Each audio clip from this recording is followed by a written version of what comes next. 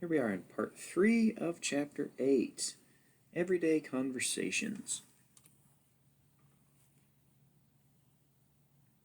This section of the chapter really just kind of goes through a little bit of the ins and outs of encounters that we have every day with other people, starting with the idea of small talk. Small talk is just something we do oftentimes to build context, to pass the time, and these typically have very little to do with anything else, and they are of very little consequence, hence why they're called small talk. There's nothing big riding on them.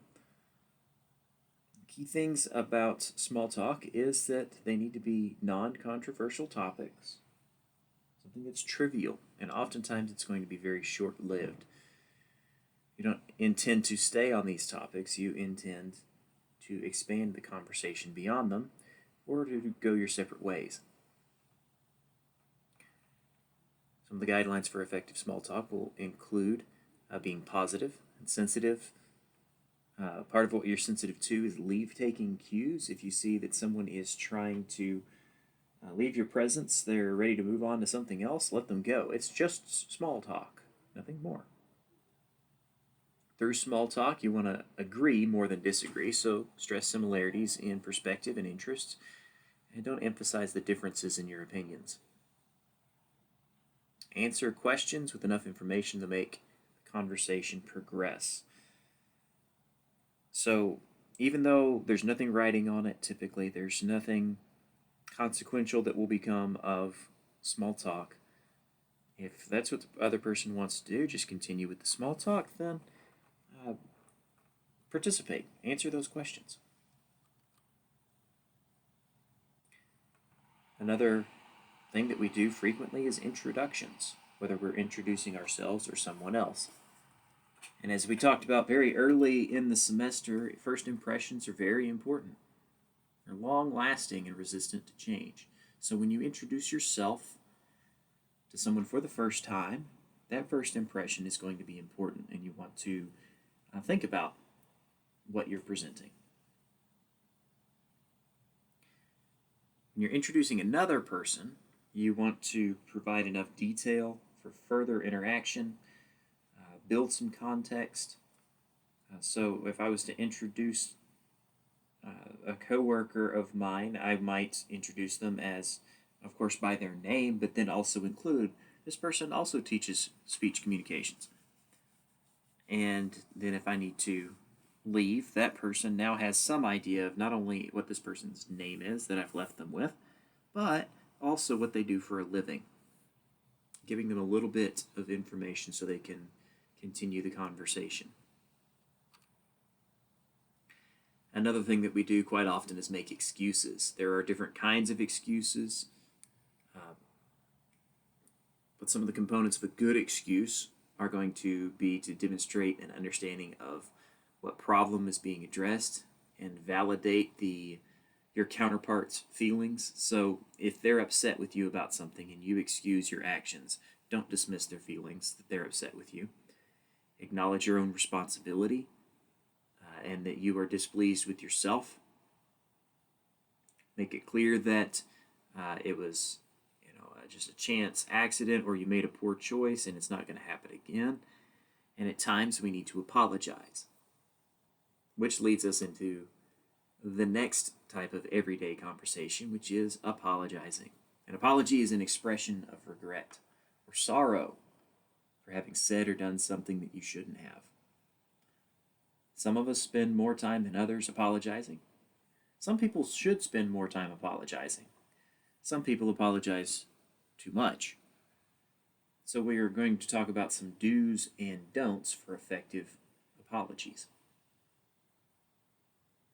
Some of the do's will include admitting wrongdoing, accepting responsibility. Be apologetic and be specific about that apology. What particular sin did you commit toward that other person? So be specific about it. Express your understanding and regret. I don't know why regret is there twice. It shouldn't be. Don't worry about that. Offer to correct the behavior. Can I make it up to you? Is a common expression when you apologize to someone. Correct the behavior or compensate for it. Assure them that it won't happen again.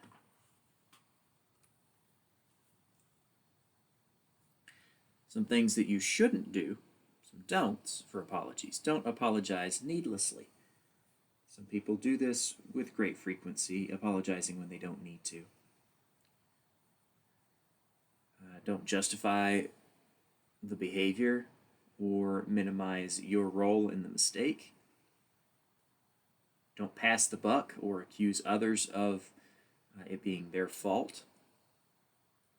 Don't minimize the feelings of the other person who was wronged. Don't give excuses. And this last one is very important because it seems to be more and more common. People who don't want to talk about things in person, it's still not very acceptable to apologize via email. It's best to talk to someone face to face and issue an apology, or call them on the phone.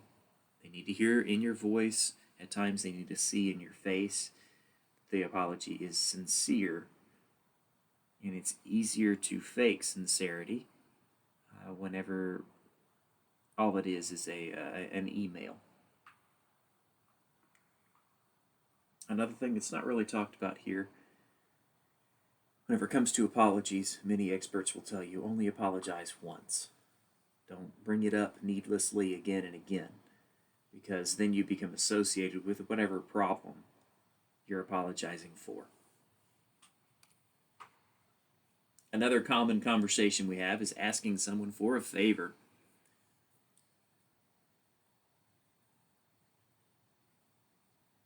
It's not always the right time to ask for a favor, so consider the communication context, where you are and what's going on.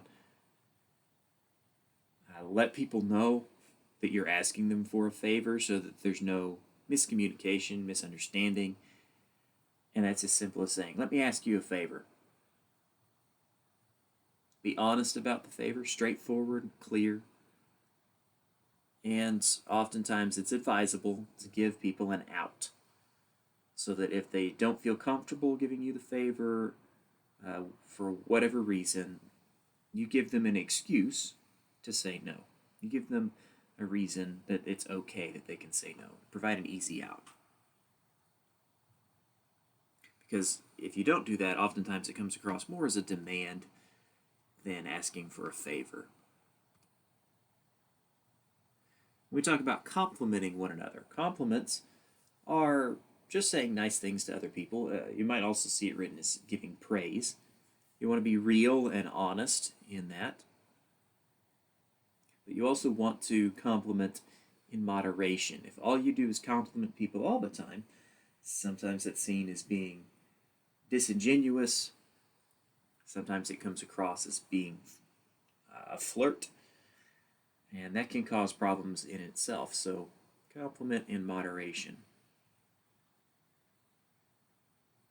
Go all in with your compliments. Don't withhold anything. Be totally complimentary. Be specific and personal. Another thing that we often overlook is even if someone hasn't earned a great deal of accolades,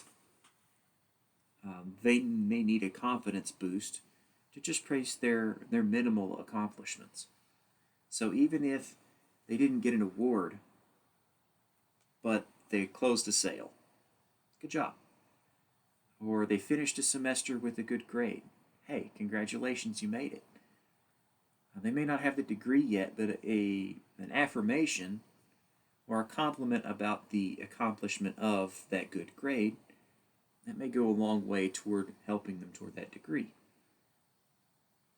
A lot of folks are not very good at receiving compliments either. But just remember this as an easy tidbit. It is better to accept the compliment and thank the other person for it than it is to deny it. Some people, out of some sense of humility or false humility, will deny a compliment. claiming they don't deserve it. More often than not, it's best to just express gratitude and move forward.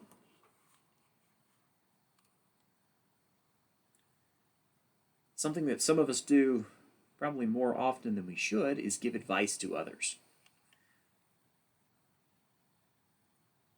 One thing to remember about advice giving is we typically shouldn't be giving advice unless we are asked for that advice. And in order to give effective advice, you see that first word in the list here, listen. We have to understand fully what's going on before we can offer advice. We also need to be empathetic through this process. Sometimes there are very difficult things going on with people, and we need to understand the feelings that they're experiencing beyond just the facts of the situation. We might also be tentative instead of being very assertive. Hang back, make sure that the other person's done talking, and you're not being too pushy. Offer options, many things that could potentially work, something for them to consider. And that other person may not take your advice at all, but maybe something you say triggers another thought that helps them solve the problem. When it comes to making sure that there's understanding, it really goes both ways. Making sure that you understand their problem and they understand your solution, and that you are on the same page, so that you don't give bad advice, and that they don't interpret your advice in such a way that you didn't intend. When people do ask for your advice, typically it's often good to keep it confidential, especially in a high-stakes environment, or an environment where they're going through self-disclosure to ask you for that advice. And then it is the suggestion from your text that you avoid should statements, telling someone what they should do. Instead, use language like, you could do this, or you might try this, making it more their choice, and it doesn't seem to indicate that you're telling them what to do.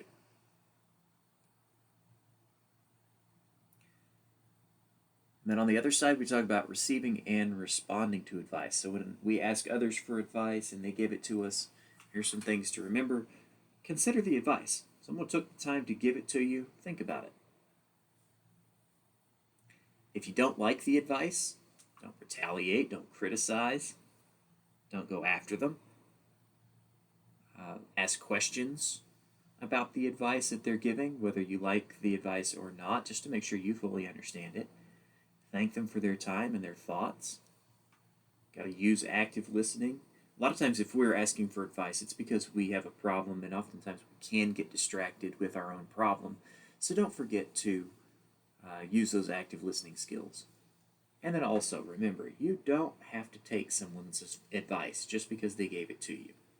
Even if you really respect that person, it's just advice. And so it's not something that you have to do. Conversations happen every day. And we go through a lot of different experiences. And you'll find more information in this chapter than what we've discussed today that might help you managing those daily conversations.